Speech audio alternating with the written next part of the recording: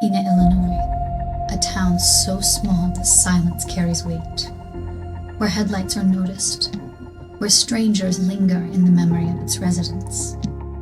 In November of 1987, a young family lived just outside town in a modest trailer set back from the road. They weren't hiding, they weren't in trouble, they were simply building a life.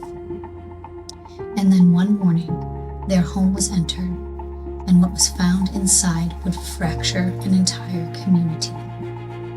Not one death, not two, or even three, but an annihilation so brutal that even seasoned investigators struggle to describe it. Tonight, darlings, we're covering the murder of the Dardeen family.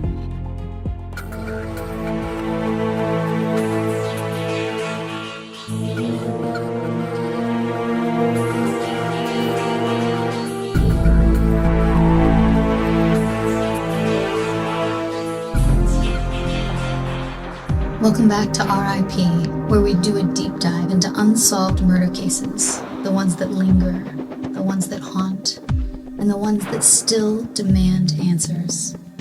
I'm your host, Linzy Legron.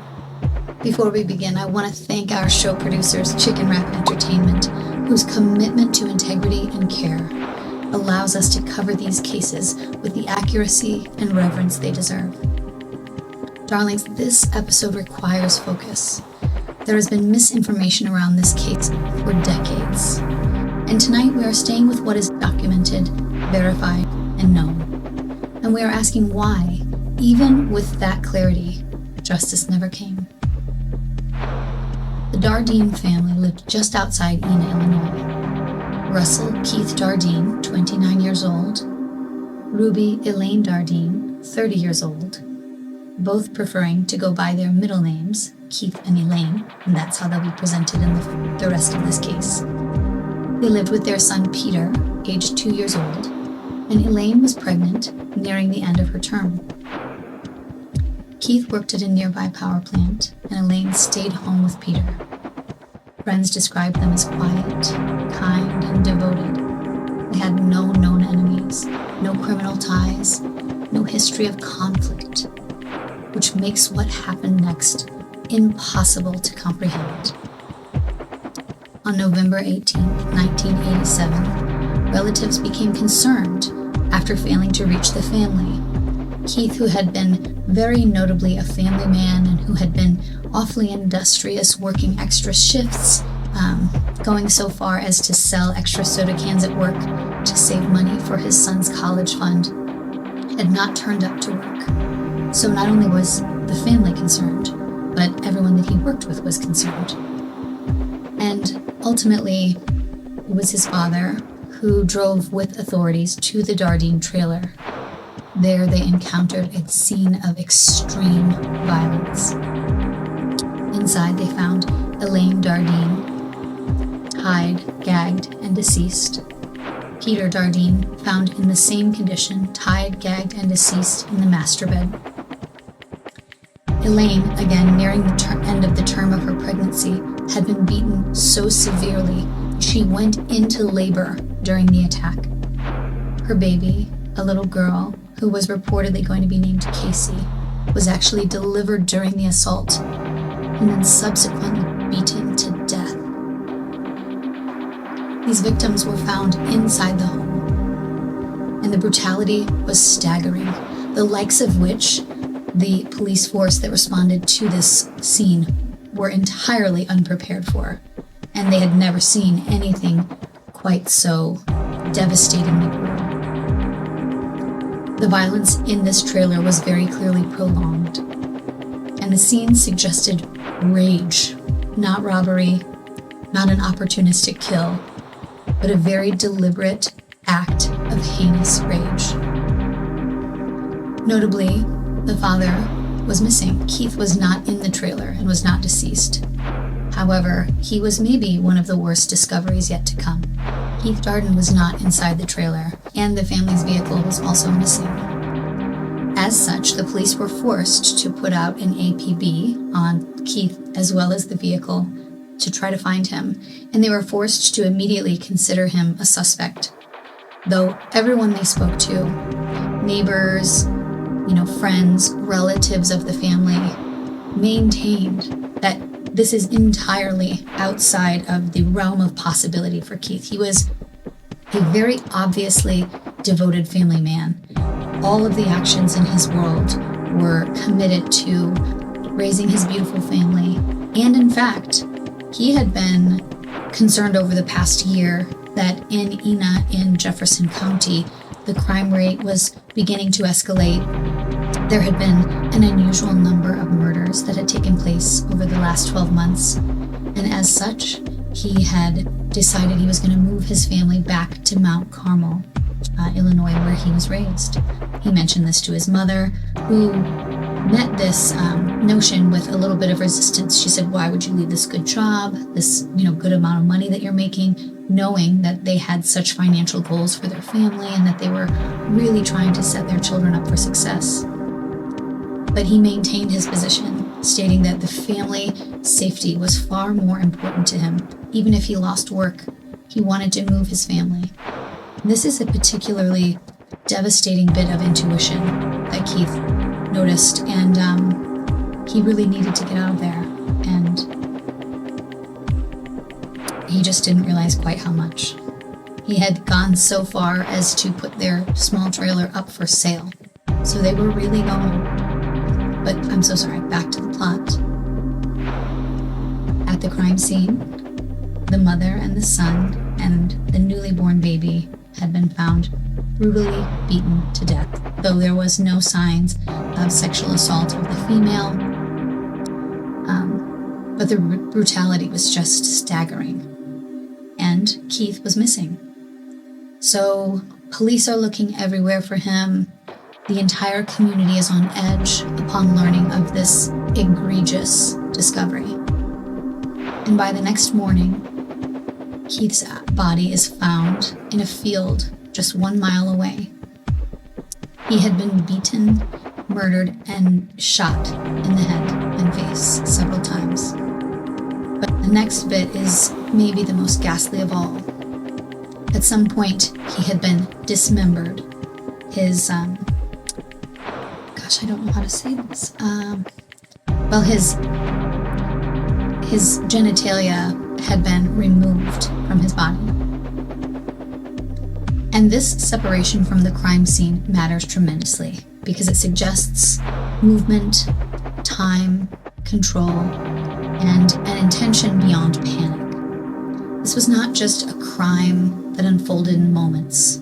This took place over 2 different locations and suggests a kind of a cavalier command of the location as well as the timeline that is really unnerving. Also notable at the crime scene is that there was no sign of forced entry.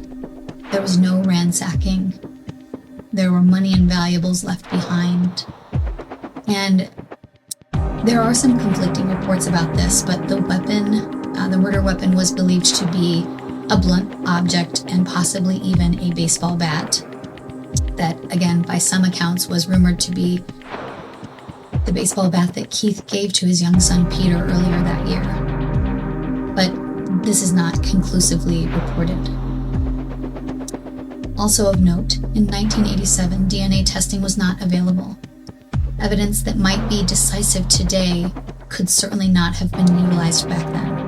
And so investigators were left with egregious brutality without motive, a family with no known enemies, and by the community standards, a sterling reputation, along with this rural setting and very few witnesses, and then a tremendous amount of pressure. It is reported that the town itself of Ena was so tiny, and I came from a very tiny town in Ohio, and I can tell you that in that type of setting, everyone really absolutely does know everyone else. And more than that, even without thinking about it or trying, everyone sort of notices everything that's going on all the time. And so for there to be as few leads as there were is deeply unsettling in this case. And the fact that this tiny trailer was kind of off the beaten road, just on a I can just imagine the small little country roads from the town in Ohio where I came from. And it's very clearly a deliberate attack.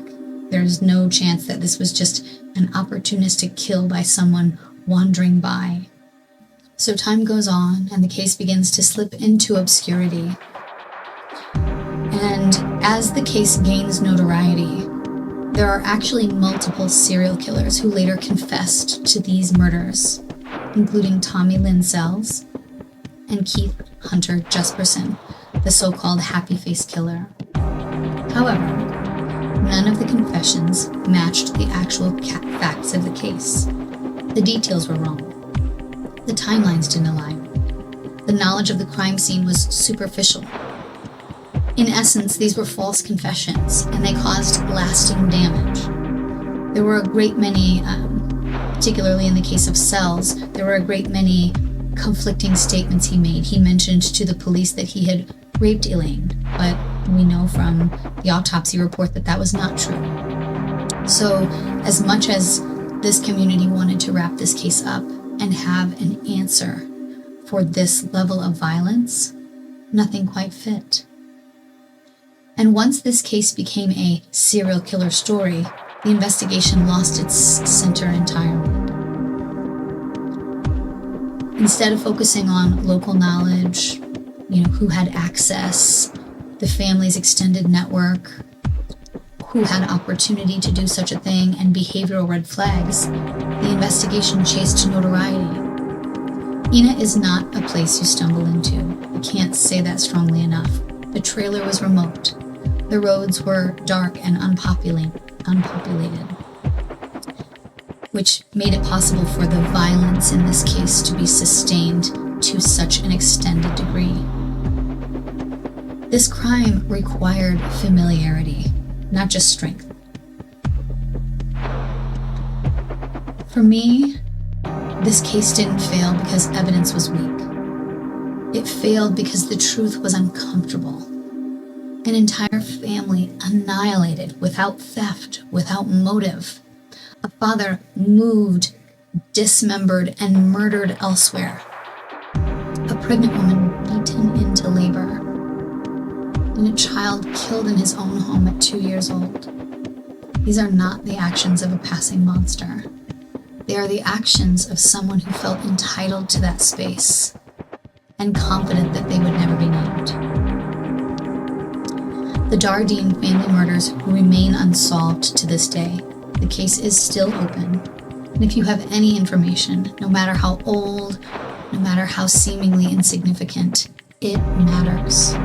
Please reach out to the Jefferson County Sheriff's Office Cold Case Investigation Unit at 618-244-8000.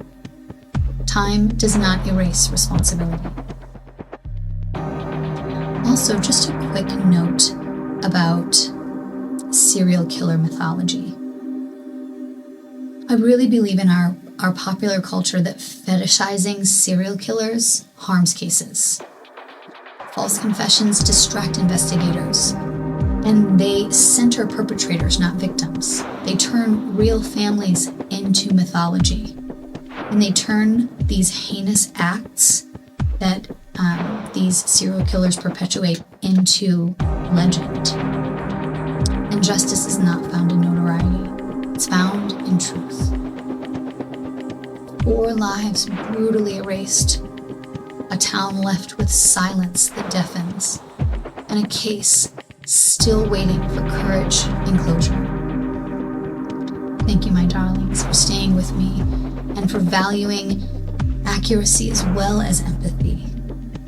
This episode was made possible by Chicken Wrap Entertainment, whose commitment to integrity keeps these stories honest. Until next time, keep your lanterns close, and as always, rest in peace.